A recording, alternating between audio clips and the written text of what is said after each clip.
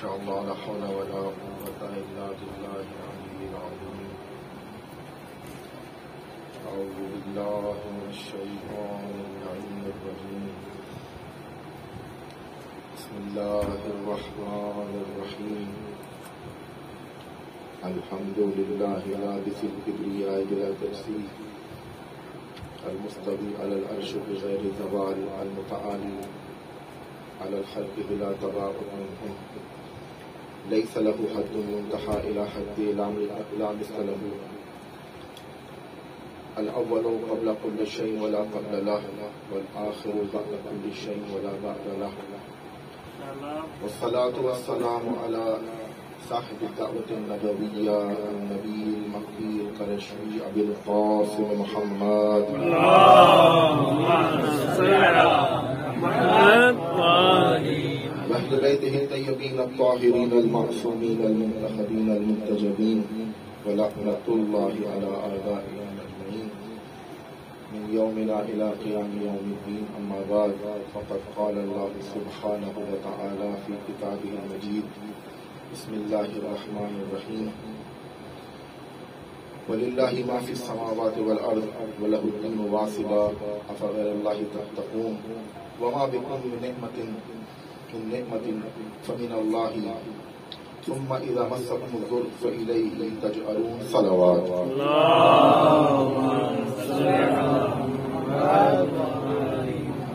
عزیزان محترم، واقعی بہت کم رہ گیا ہے اور زیادہ میری عادت نہیں ہے کہ آپ کی زحمتوں کو میں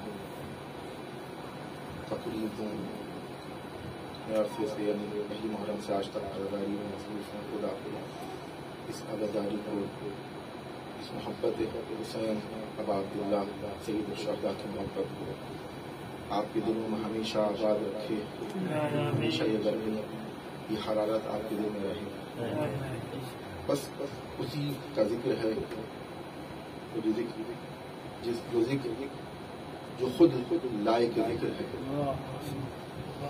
سورہ نحل کی مستقل مختصر سے 2 آیتوں کی تلاوت کا شرف حاصل کیا ہے. میری عادت ہوتی ہے، اس سے کسی نے کہا بھی تھا کہ آپ کے موضوع پہ پڑھیں. میری طبیعت نہیں ہے، واقعی میں اپنے مزاج میں مجلس پڑھتا ہوں. میری عادت ہے کہ فنامہ کلام کی آیت ہو، اس کے بعد بیان کیا جائے. اگرچہ کل تک پرسوں تک جو اطلاع تھی ماشاء اللہ خدا سامنے اچھا خاصا ترجمہ ہے، تو میں نے موضوع کو بدل دیا تھا، یعنی منفرد موضوع پہ پڑھنا تھا. لیکن اب میں جو آج آپ کے سامنے بیان کر رہا ہوں، میرا اپنا اشرا ہے، اس کی پہلی مجلس ہے، لیکن آج کی جو مجلس ہوگی اس کی تمہیدی مجلس، اور تمہید کا بھی آدھا حصہ پڑھنا ہے. تو خود اندازہ لگائیں کہ وہ کتنی خشک ہوگی. تمہید ہوتی بھی خشک ہے، لیکن اگر آپ کی توجہ ہوگی تو میں اس جگہ تک آپ کو لے کے جاؤں گا کہ جہاں میں، اور آپ کو اندازہ ہو جائے گا کہ یہ موضوع کس درجے کا موضوع ہے، یعنی کیا انوکھا موضوع ہے. سورہ نحل کی ان 2 آیتوں میں پروردگار فرما رہا ہے: وَلِلَّهِ مَا فِي السَّمَاوَاتِ وَالْأَرْضِ، جو کچھ آسمان اور زمین میں ہے سب اسی کے لیے. وَلَهُ الدِّينُ وَاسِبًا، اور دین اس کے لیے ہے، اور دین ہے واسب. دین واسب اسی کے لیے. افغیر اللہ تتقون، کیا تم خدا کے علاوہ کسی اور سے بھی ڈرتے ہو؟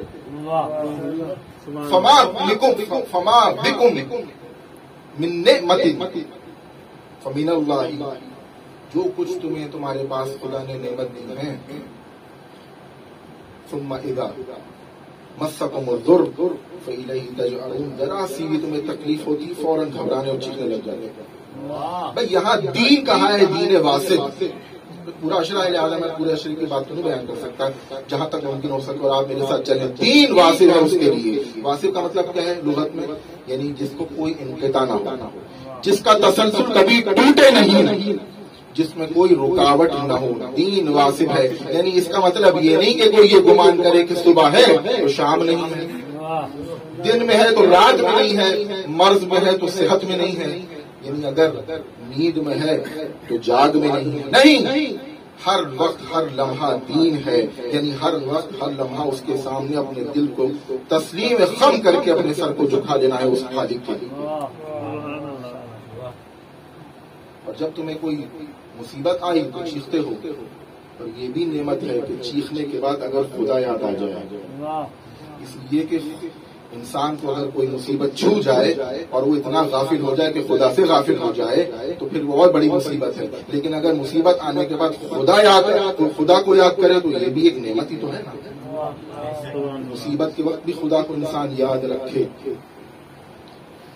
دین واصف، جس کو کوئی انقطاع نہیں، جس کے تسلسل میں کوئی رکاوٹ نہیں۔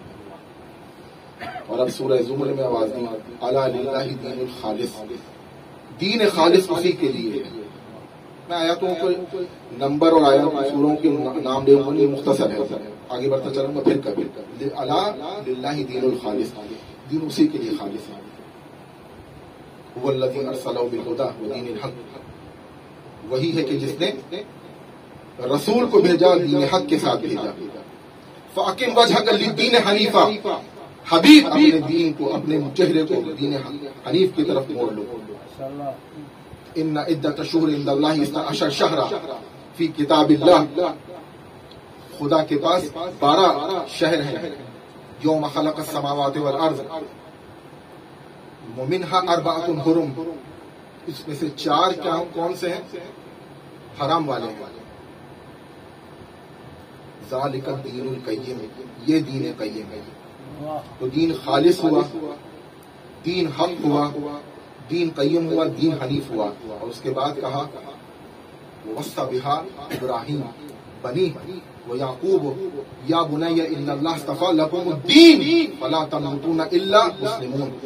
دین کون سا ہے؟ دین مصطفیٰ ہے۔ اور ابھی اسی تمرین میں ہمارے ساتھی سرنامہ کلام کی آیت پیش کر رہے تھے، سورہ نور کی مشہور آیت ہے، وعد اللہ، سورہ نور کی آیت ہے، تو خدا نے تم سے وعدہ کیا ہے، وعد اللہ الذین آمنوا منکم لیستخلفنہم فی الارض کما استخلف الذین من وَلَيُمَكِّنَنَّ لَهُمْ دِينَهُمُ الَّذِي ارْتَضَىٰ لَهُمْ۔ دین مصطفیٰ ہے، رب کہہ رہا ہے دین مرتضیٰ ہے، یعنی دین کو تمہارے لیے مصطفیٰ بنایا، تمہیں مصطفیٰ نہیں بنایا ہے۔ دین کو تمہارے لیے مرتضیٰ بنایا ہے، تمہیں مرتضیٰ نہیں بنایا ہے۔ اور اب آخری صورت ہے اما پارہ کی، اذا جاء نصر اللہ والفتح ورأیت الناس يدخلون فی دین اللہ افواجا، یعنی دین خالص ہے، دین واصف ہے، دین حنیف ہے، دین قیم ہے، دین مصطفیٰ ہے، دین مرتضیٰ ہے، دین دین اللہ ہے۔ تو اب میں سوال کروں گا کہ اگر واقعی خدا کے نزدیک کوئی دین ہے اور دین کسی دستور کو کہا جاتا ہے اور کوئی دین کسی دستور کا نام ہے، تو اس کے لیے ضروری ہے کہ دین کو اس کے حوالے نہ کرے کہ جو غیر مستقل ہو اپنی ذات میں، اس لیے کہ دین واصف ہے۔ کسی ایسے کے دین حوالے نہ ہو جائے کہ جس کی فکر میں کجی اور ٹیڑھا پنا ہے، اس لیے کہ دین حنیف ہے۔ کوئی ایسا دین کا ٹھیکیدار نہ بن جائے کہ جس کو خدا نے پسند ہی نہ کیا ہو، اس لیے کہ دین مرتضیٰ ہے۔ کوئی ایسا پست فکر نہ ہو، پست شخص نہ ہو کہ جس کو دین دے دیا جائے کہ اس لیے کہ دین مصطفیٰ ہے۔ انہیں ایسے ہاتھوں میں دین نہ آ جائے کہ جو حق کے ساتھ باطل کو ملا دیں، جائز کے ساتھ ناجائز کو ملا دیں، حلال کے ساتھ حرام کو ملا دیں، اس لیے کہ دین اللہ ہے۔ ان تمام صفات کے ساتھ خدا نے اس دین کو پھر جو نام دیا ہے، ان الدین عند اللہ الاسلام، یہ وہ دین جو دین واصف ہے، دین خالص ہے، دین حق ہے، دین مصطفیٰ ہے، دین مرتضیٰ ہے، دین اللہ ہے۔ میرے نزدیک دین اگر ہے تو اسلام ہے فقط بس۔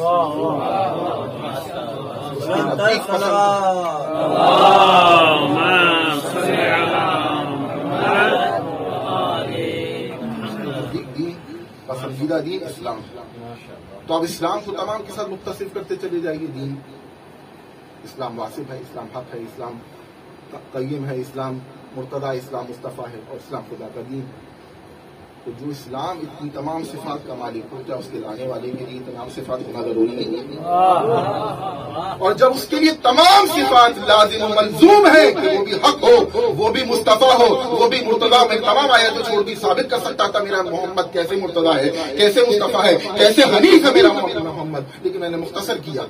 اس کے لیے ضروری ہے تمام صفات ہونی چاہیے، اور جب اس دنیا سے جائے تو اس کے لیے بھی یہ صفات ضروری ہے کہ جو اس کا نائب بنے، وہ بھی مرتضیٰ ہو، وہ بھی مصطفیٰ ہو، وہ بھی حنیف ہو۔ ایسا نہ ہو کہ اپنے بہن سے جا کے مسئلہ پوچھ رہا ہو، وہ بھی قیم ہو، ایسا نہ ہو۔ اور اب میں آپ کے سامنے رسول کی حدیث پیش کرتا ہوں۔ دیکھیں مرحلہ تمہید ہے، ابھی میں نے آپ کو پہلے کہا یہ مرحلہ تمہید ہے، میری ایک تقریر کا پہلی تقریر کا مرحلہ تمہید ہے، اس لیے غیبت عشرے میں آپ کو معلوم ہوتا ہے کہ ایک ہی پہلی تقریر میں تمہید بیان کی جاتی ہے، اس کے بعد وضاحت ہوتی ہے۔ لیکن مولا آپ کی سماعتوں کو جو ہے سلامت رکھے۔ میرا رسول فرماتا ہے، یہاں سے تو میں آپ کو کہیں اور لے جاؤں گا، ابھی تک تو آپ دین کی باتیں سن رہے تھے نا، اب رسول کی عجیب حدیث سنیں۔ دین کے لیے عجیب رسول نے فرمایا کہ دین کیا ہے؟ غریب ہے۔ بدی الدین غریبا وسیعود غریبا، دین کی ابتدا غریب ہے، دین کی انتہا غریب ہے۔ کما بدا فطوبى للغرباء، میں نے چھوڑ دیا غربا پہ وضاحت نہیں کروں گا پھر کبھی۔ دین کی ابتدا غربت، دین کی انتہا غربت ہے۔ اب آپ کے ذہنوں اور جو ہمارے ذہنوں میں، جب تک میں نے اس کو مطالعہ نہیں کیا تھا، ہمارے ذہنوں میں غریب کا مطلب جو آتا ہے جاؤں گا جب تک ہمارے ذہن میں غریب کا مطلب کیا ہے؟ بے کس ہو، مفلس ہو، کھانے کا نہ ہو، محتاج ہو، بھوکا ہو، یہ مطلب ہے نا غریب کا۔ نہیں، لغت میں دین کا غریب کا مطلب یہ نہیں ہے۔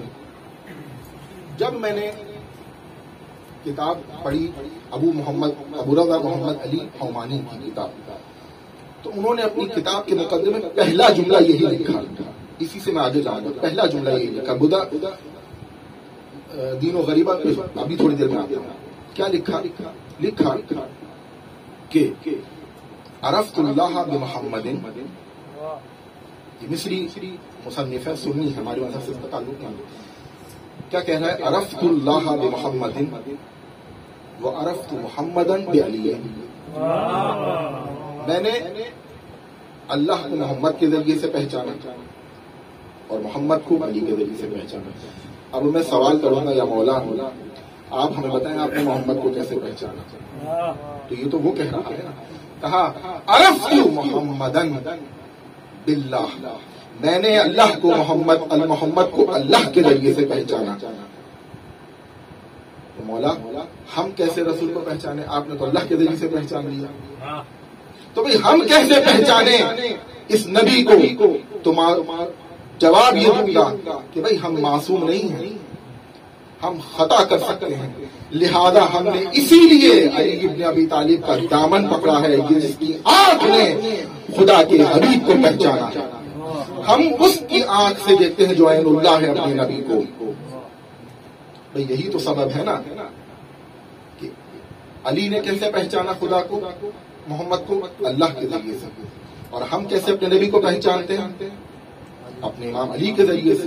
تو ہم بھی ٹھیک ہیں اور علی بھی ٹھیک ہے۔ بھئی مقصد تو ایک ہی ہے نا، ہم بھی ٹھیک ہے اپنی جگہ اور علی بھی ٹھیک ہے۔ علی نے پہچانا اللہ کے ذریعے سے، ہم نے پہچانا علی کے ذریعے سے، اس لیے کہ ہم نے اس کے دامن نگاہ کو پکڑا ہوا ہے، کہ جس کی نگاہ نے اللہ کی نگاہ کے ذریعے سے محمد عربی کو پہچانا ہے پوری توجہ کے ساتھ۔ بھئی بات صرف اتنی ہے کہ اسی جگہ رسول کی ایک حدیث ملتی ہے، انا الشمس و علی القمر، میں سورج ہوں ہدایت کا اور علی ہدایت کا چاند ہے۔ بھئی قرآن میں رسول کے لیے کہا ہے سراج وحاجہ، سراج وحاجہ، شعلے پھینکتا ہوا سورج، اس سے تعبیر کیا میرے نبی کو۔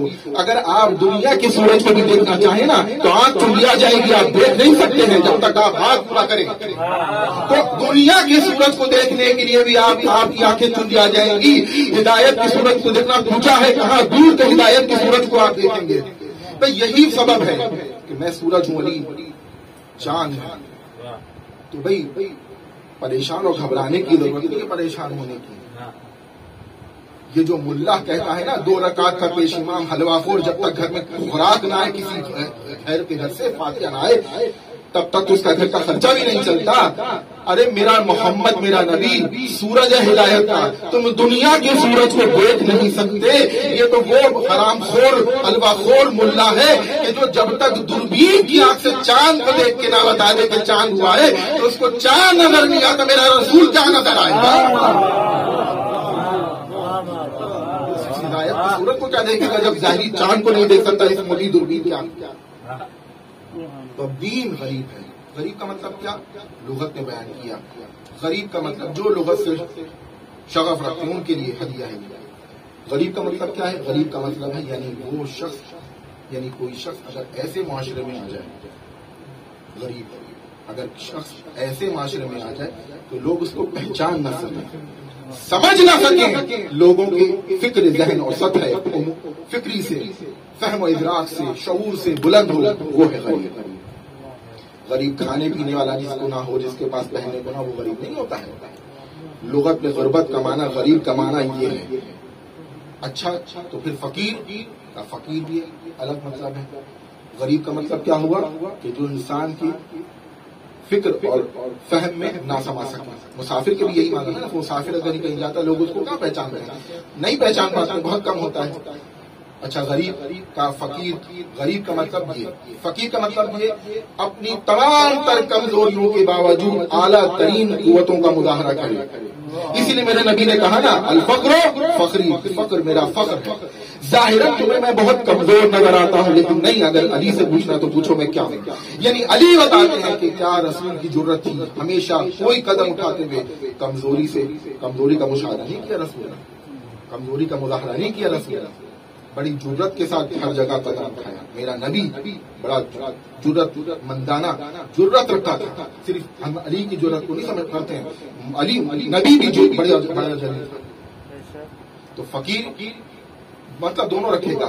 فقیر میں نے چھوڑ دیا صرف غریب کا مطلب کیا؟ ذہن میں نہ سمجھ سکا کوئی انسان کی عقل فہم اس شخص کو نہ سمجھ سکا.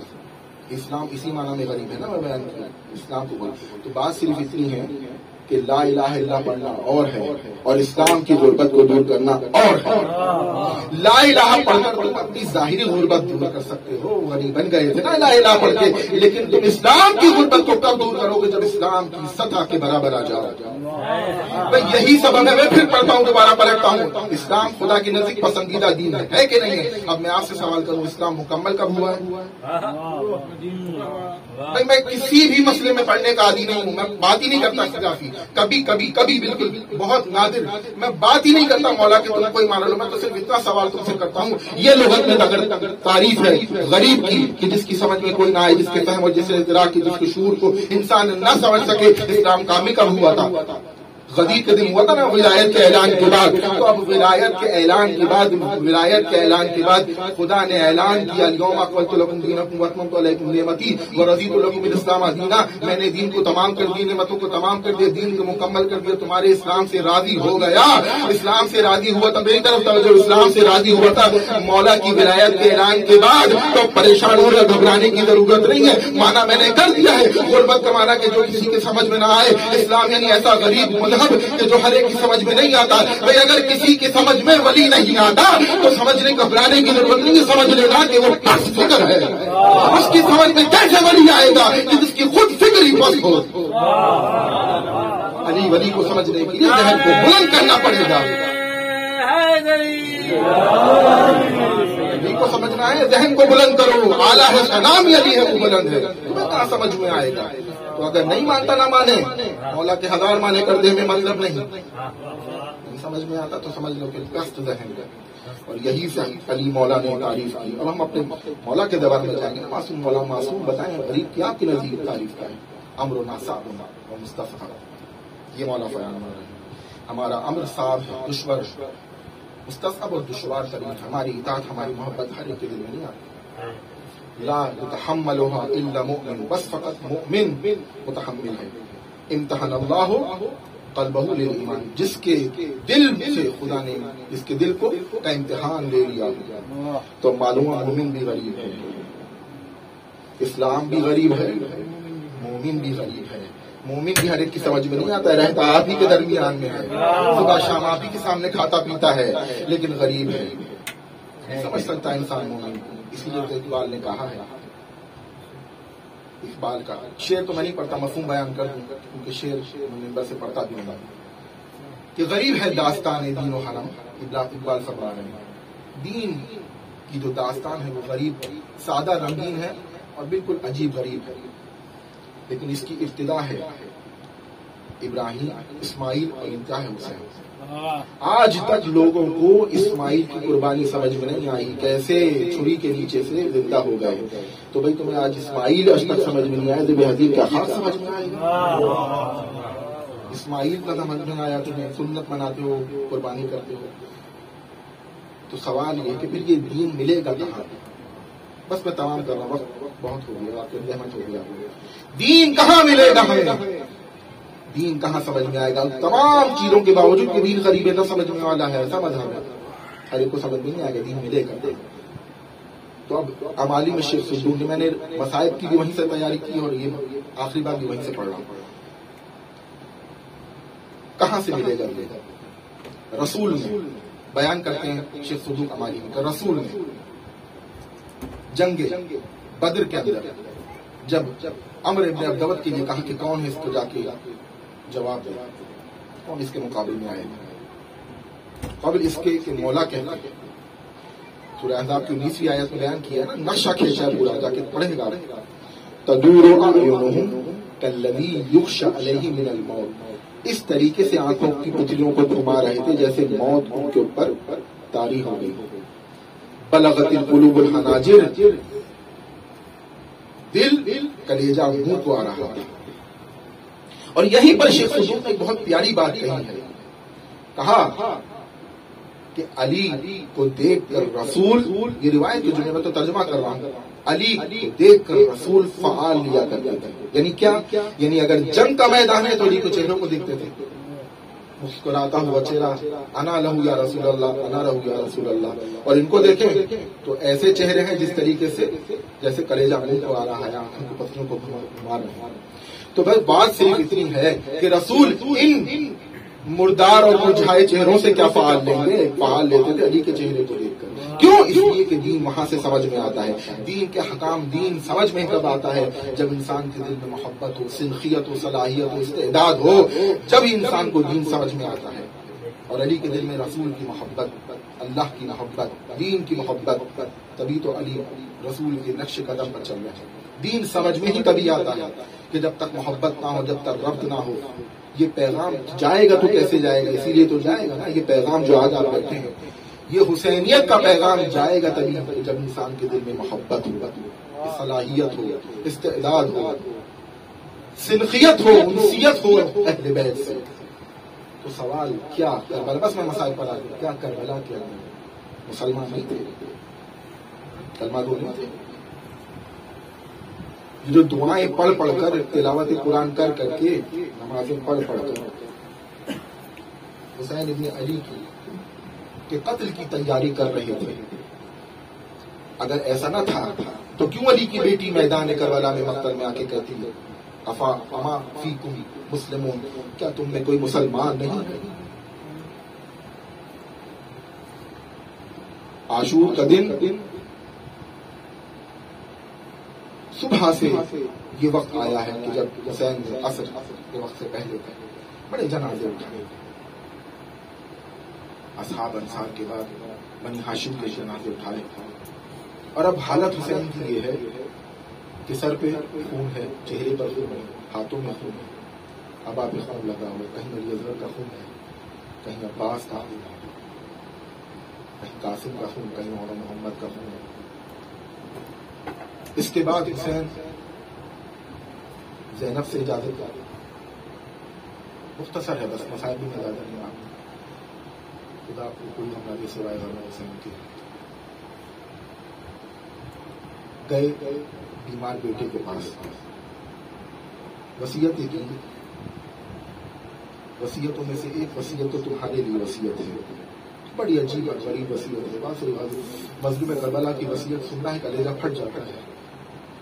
کہا اے سید سجاد، جب تم واپس مدینہ پلٹ کر جانا نا تو میرے شیعوں کو میرا سلام کہنا، اور یہ بھی کہنا میرے شیعوں سے، شیعتی ان شربتم ما عذب فاذکرونی، اے شیعوں جب کبھی تم ٹھنڈا پانی پینا تو اپنے غریب مولا کی پیاس کو یاد کر لینا. او سمعتم بے غریب او شہید فندبونی، اور اگر کبھی سننا کہ کوئی مسافر، کوئی غریب کہیں قتل کر دیا گیا تو اس پر بعد میں رونا، پہلے مجھ امام پردیسی پر رونا. کاش تم کربلا میں ہوتے، لیتکم فی یوم عاشورا جمیعا تنظرونی، کاش تم کربلا میں ہوتے، تم دیکھتے کیف استسقی لطفلی، کس طریقے سے حسین غریب اپنے 6 مہینے علی اصغر کے لیے پانی مانگ رہا تھا، اور انہوں نے رحم نہ کیا، فابو ان ترحمونی، رحم نہ کیا، بلکہ وہ 3 بھالے کا تیر علی اصغر کو لگایا، خون لگایا علی حسین کے چہرے پر۔ بیٹے نے سوال کیا، بابا اینا حبیب میں مظاہر، کہا قد قتل، گنواتے رہے، کہا بیٹا لستو فی الخیام انا الا انا وانت، کوئی نہیں بچا بیٹا سوائے تمہارے اور میرے اس وقت اس خیام میں۔ ایک مرتبہ بنی ہاشم کے خون کو جوش آیا، کہا پھوپھی اماں ذرا میری تلوار دیجئے، میرا عصا دیجئے، میں ٹیک لگا کے کھڑا ہونا چاہوں۔ کہا بیٹا تمہیں کہاں جانا ہے، کیا کرنا چاہتے ہو؟ کہا میرے بابا چہرے پر خون ہے، اتنا پریشان ہے، غریب بھوکا پیاسا ہے، میں اپنے بابا کی نصرت کرنا چاہتا ہوں۔ ایک مرتبہ میرے مولا حسین نے بیمار کے بیٹے کے کندھے پر ہاتھ رکھ کے کہا بیٹا نہیں، یہ تو ایک چھوٹا جہاد ہے، ابھی تمہیں وہ جہاد کرنا ہے جو جہاد اکبر ہے، ماں کے ساتھ بہنوں پھوپھیوں کے ساتھ درباروں میں بازاروں میں جانا ہے، لوگ یہ نعرے لگاتے رہیں گے یا صدا دیتے رہیں گے، آؤ علی کی بیٹیوں کا تماشا دیکھو۔ حسین بیٹے کو رخصت کر کے ایک مرتبہ مقتل گاہ کی طرف نکلے، سوار ہوئے پشتے ذوالجناح کے اوپر، بس مختصر سوار ہونے کے بعد دائیں دیکھا بائیں دیکھا، شاید یہ پوچھنا چاہ رہا ہوں آئین عباس، آئین علی اکبر، عباس کہاں ہوں، ذرا مجھے سوار کرو بیٹا، علی اکبر مجھے سوار کراؤ۔ جب حسین سوار ہوئے اور ایک مرتبہ گئے مقتل کی طرف، مقتل میں جانے کے بعد حسین نے رجز پڑھا اور اس کے بعد وہ جنگ کی۔ ظاہر سی بات ہے مولا مشکل شاہ فاتح خیبر کا بیٹا ہے تو کس طرح سے جنگ نہ کرتا، لیکن کب تک یہ بھوکا پیاسا امام جنگ کرتا۔ ایک مرتبہ فضا میں آواز گونجی، یا ایتھا النفس المطمئنہ ارجعی الی ربک راضیۃ مرضیہ۔ حسین نے جیسے ہی یہ ندا و صدا سنی اپنے آپ کو روک لیا، ذوالجناح کے اوپر تلوار کے دستے پر سر رکھ کے کہا بسم اللہ و باللہ و خیر الاسماء ولا حول ولا قوت الا باللہ، اور اس کے بعد دیکھا کہ بھاگتی ہوئی فوجیں پلٹ کر واپس آئیں۔ اب جو حسین کو ساکت اور خاموش دیکھا کہ حسین کچھ بول نہیں رہے، کچھ کر نہیں رہے، جس کے ہاتھ میں جو ہوتا اس نے وار کیا، جس کو کچھ نہ ملا اس نے فاطمہ کے لال کو پتھر سے مارا۔ ایک مرتبہ ہرملا نے عمر سعد نے ہرملا سے کہا اے ہرملا کچھ ایسا کرو کہ حسین زمین پر آ جائے۔ وہ تیر جو 3 بھال کا تھا ہرملا نے جوڑا، تیر چلنا تھا، حسین کی پیشانی پہ لگا، خون فوارہ بن کے نکلنے لگا۔ میرا مولا زمین پر آیا۔ میرا امام زمانہ کہتے ہیں سلام اس شہید پر کہ جس کا لاشا زمین پر تھا۔ حسین نے کسی طریقے سے اپنے آپ کو سجدے میں گرایا، سجدے میں ذکر کیا پروردگار میں نے اپنے وعدے کو وفا کر دیا، اب تو بھی اپنے وعدے کو وفا کر۔ یہ ہوا۔ اس کے بعد کچھ دیر بعد شمر ملعون آیا، حسین کی گردن کو ذبح کیا اور تن سے جدا کر کے سر کو نوکے نیزہ پہ بلند کر دیا۔ نوکے نیزہ پر بلند کرنا تھا، کربلا میں آندھی طوفان آئی، وہ رہوار جو حسین کو لے کر گیا تھا ایک مرتبہ خیمہ گاہ کی طرف پلٹا، چہرے پر اپنے پیشانی پر حسین کے خون کو لگایا اور لگانے کے بعد خیمہ گاہ کی طرف گیا۔ جب خیمہ گاہ کی طرف گیا تو سکینہ نے رہوار کی ٹاپوں کی آوازیں سنی، بس آخری جملہ رہوار کی ٹاپوں کی آواز سنی۔ ایک مرتبہ کہا زینب سے پھوپھی اماں لگتا میرا بابا آ گیا ہے۔ اب جو خیمے کا پردہ اٹھایا، بانگ کٹی ہوئی تھی، زین ڈھلی ہوئی تھی۔ سکینہ نے ذوالجناح سے کہا ذوالجناح میں یہ نہیں پوچھوں گی کہ میرے بابا کو کتنے تیر لگے، کتنے زخم لگے، کتنی تلواریں لگی، بس مجھے اتنا بتا دے کہ کیا میرا بابا جب ذبح کیا جا رہا تھا تو کیا پیاسا تھا یا اس کو پانی ملا تھا۔ یہ منظر دیکھا سکینہ نے۔ ایک مرتبہ بیمار بیٹے نے پردہ اٹھایا، زلزلہ آیا کربلا میں، آندھی آئی کربلا میں۔ زینب نے پوچھا بیٹا دیکھو کیا ہو گیا باہر۔ سید سجاد ہماری شیخ صدوق میں لکھا یہ روایت، سید سجاد نے پردہ اٹھایا اور اٹھانے کے بعد بس آخری جملے اٹھانے کے بعد دائیں دیکھا کچھ نظر نہ آیا، بائیں دیکھا کچھ نظر نہ آیا، کربلا کی زمین پر دیکھا کچھ نظر نہ آیا، سامنے دیکھا کچھ نظر نہ آیا، بابا نظر نہیں آ رہا۔ ایک مرتبہ آسمان کی طرف نگاہ کو بلند کیا اور کہا السلام علیکم یا ابا عبداللہ۔ میری زینب بی بی کہتی ہے بیٹا تو نے کیا دیکھا؟ اوپر کی طرف نگاہ کر کے کس کو سلام کر رہا ہے؟ کہا آئیے پھوپھی اماں آپ بھی دیکھیے۔ اب جو بہن نے بھائی کو دیکھا تو نوکے نیزہ پر حسین کا سر بلند تھا۔ اللہ لعنت اللہ علی القوم الظالمین۔